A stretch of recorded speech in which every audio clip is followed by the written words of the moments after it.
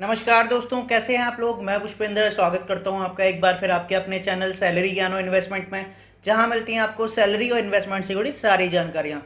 दोस्तों, आज एक बहुत बढ़िया जॉब की खबर लेके आपके लिए आया हूं। जी हाँ दोस्तों, जो लोग आईटीआई पास हैं, 10th बेसिस पे भी आईटीआई पास हैं, उनके लिए बहुत बढ़िया जॉब है। UPPCL Uttar Pradesh power corporation limited में टेक्नीशियन की वैकेंसी निकली हुई है। जहाँ दोस्तों 608 वैकेंसी निकली हुई है। बहुत दिनों बाद इतनी ज़्यादा वैकेंसी निकली है टेक्नीशियन के लिए। तो दोस्तों, अगर आप लोगों ने आईटीआई किया हुआ है इलेक्ट्रिकल या इलेक्ट्रॉनिक्स ट्रेड से, तो आप लोग इस वैकेंसी को भरने के लिए अलाउड है। इस वैकेंसी के बारे में थोड़ी और जानकारी ले लेते हैं, क्या हुआ है।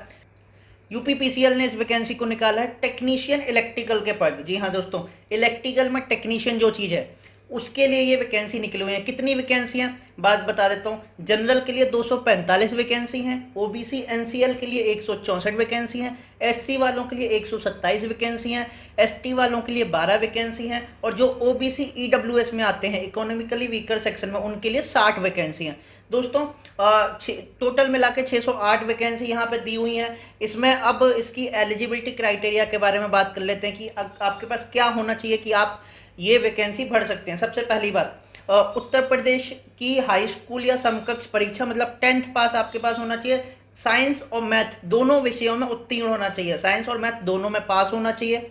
उसके बाद इसके साथ साथ इलेक्ट्रीशियन, इलेक्ट्रिकल और इलेक्ट्रिकल्स जो कि कौशल विकास के अंतर्गत आती है, उनमें से किसी भी एक में द्विवार्षिक आईटीआई होनी चाहिए, एनसीवीटी या एससीवीटी। ठीक है दोस्तों, तो मतलब 10th प्लस आईटीआई इन इलेक्ट्रीशियन और इलेक्ट्रिकल, इनमें से कोई एनसीवीटी एससीवीटी ट्रेड में आपकी आईटीआई होनी चाहिए।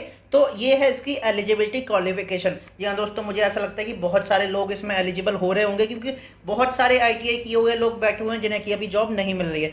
अब दोस्तों, इसके बाद बात कर लेते हैं एज क्राइटेरिया के बारे में। एज क्राइटेरिया दिया गया है 1 जनवरी 2020 तक मिनिमम एज 18 साल और मैक्सिमम एज 40 साल। जी हाँ दोस्तों, मिनिमम एज 18 साल अगर आपकी हो चुकी है पूरी, तो आप ये वाली वैकेंसी में अप्लाई कर सकते हैं, और आपकी मैक्सिमम एज जो है वो 40 साल होनी चाहिए। इसके अलावा जो रिजर्वेशंस, जो रिलैक्सेशन दिए जाते हैं एज में, वो दिए गए हैं। आपको मैं नीचे लिंक दे दूंगा, जहां पे कि मैंने ऑफिशियल नोटिफिकेशन और ब्लॉग पोस्ट में भी इसको लिख रखा है। वहां जाके बिल्कुल पूरा नोटिफिकेशन पढ़ सकते हैं, आपको पता लग जाएगा अगर आप 40 साल से ऊपर जा रहे हैं तो आपके लिए कितना रिलैक्सेशन है। दोस्तों, इसके बाद अब बात कर लेते हैं सैलरी के बारे में। दोस्तों, सैलरी जो यहाँ पे लिखी हुई है वो लिखी हुई है लेवल 4 की सैलरी। 7th पे कमीशन के बाद लेवल 4 की सैलरी जो है, बेसिक सैलरी स्टार्ट होती है 27,200 रुपये से। दोस्तों, इसके ऊपर आपको डीए एचआरए भी मिलेगा। ये सिर्फ बेसिक सैलरी है, तो मेरे हिसाब से ये काफ़ी अच्छी सैलरी आपके पास। अगर आप 27,200 की सैलरी पर रिक्रूट होते हैं तो डीए एचआरए सब मिला के आपके पास, अगर मैं इन हैंड की बात करूंगा तो लगभग 30 से 32 हज़ार रुपये आपके महीने के इन हैंड आने लग जाएंगे यूपीपीसीएल में टेक्नीशियन के पद के लिए। तो दोस्तों, ये तो हो गई अब सैलरी की बात। अब हम किसकी बात कर लेते हैं दोस्तों, अब मैं बात कर लेता हूँ इंपॉर्टेंट डेट्स के बारे में। इंपॉर्टेंट डेट्स क्या क्या हैं इस फॉर्म को अप्लाई करने के लिए। Starting date to apply online is 1 July 2020। जी हाँ दोस्तों, 1 जुलाई से ये रिक्रूटमेंट, मतलब ये इसके जो फॉर्म है वो स्टार्ट हो चुके हैं। तो अगर आपने अभी तक नहीं भरा है तो जाके जरूर भर दीजिए। Number 2, closing date of apply online is 22 July 2020। जी हाँ दोस्तों, 22 जुलाई 2020 तक क्लोजिंग डेट है इसकी, मतलब 22 जुलाई तक आप फॉर्म भर सकते हैं। उसके बाद last date for deposit of fee by challan 24 July 2020। जी हाँ दोस्तों, 24 जुलाई 2020 तक जो चलान की डेट है उसकी लास्ट डेट है चलान फिल करने की, 24 जुलाई 2020।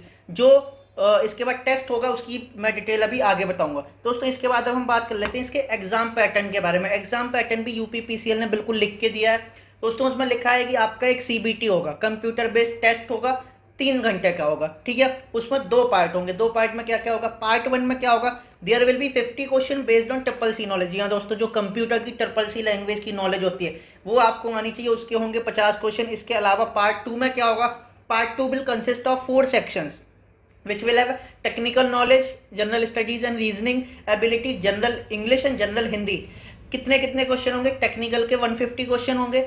उसके बाद जनरल स्टडीज और रीजनिंग के क्वेश्चन होंगे 20, जनरल इंग्लिश के 15 और जनरल हिंदी के 15। टोटल मार्क्स कितने होंगे आपके, 200। तो 200 मार्क्स का आपका ये सेकंड पेपर होगा। जी हाँ दोस्तों, ये टोटल मिला के 3 घंटे का पेपर होगा। ये है सिलेक्शन प्रोसेस। सीबीटी बस होना है, कोई इंटरव्यू नहीं होना है, सीबीटी सिर्फ अकेले होना है। उसके बाद आपका सीधे डॉक्यूमेंट वेरिफिकेशन होगा और आप इसमें अप्लाई, मतलब आप इसमें रिक्रूट हो सकते हैं। उसके बाद अब एग्जामिनेशन फीस की बात कर लेते हैं। दोस्तों, सबसे पहली बात, इसमें यूपी में रहने वाले लोग और यूपी से बाहर रहने वाले लोग, दोनों लोग अप्लाई कर सकते हैं। ये जरूरी नहीं है कि आपको यूपी का रेजिडेंस होना ही चाहिए आपके पास। अगर आप यूपी के बाहर भी रहते हैं, जैसे एमपी, राजस्थान, कहीं भी रहते हैं, तो वहां से भी आप इसको अप्लाई कर सकते हैं। अब जो फीस है, एग्जाम की फीस है, एग्जामिनेशन फीस है, वो क्या है? जनरल ओबीसी कैंडिडेट जो यूपी से बिलोंग करते हैं उनके लिए 1000 रुपये है। जनरल ओबीसी कैंडिडेट जो यूपी के बाहर से बिलोंग करते हैं उनके लिए 1000 रुपये। SC ST कैंडिडेट जो यूपी से बिलोंग करते हैं उनके लिए 700 रुपये।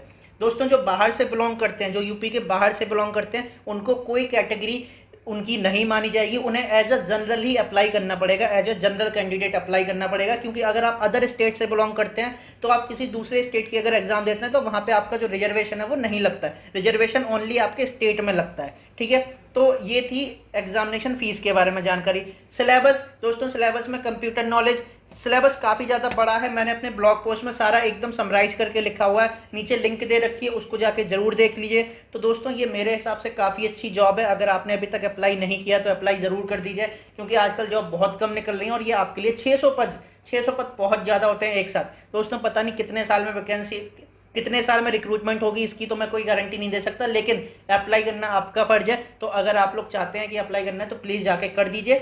मेरी तरफ से आज के लिए इतनी ही जानकारी थी। आगे फिर मिलेंगे एक नए वीडियो में एक नई नॉलेज के साथ। तब तक के लिए बी हैप्पी, बी मोटिवेटेड। नमस्ते।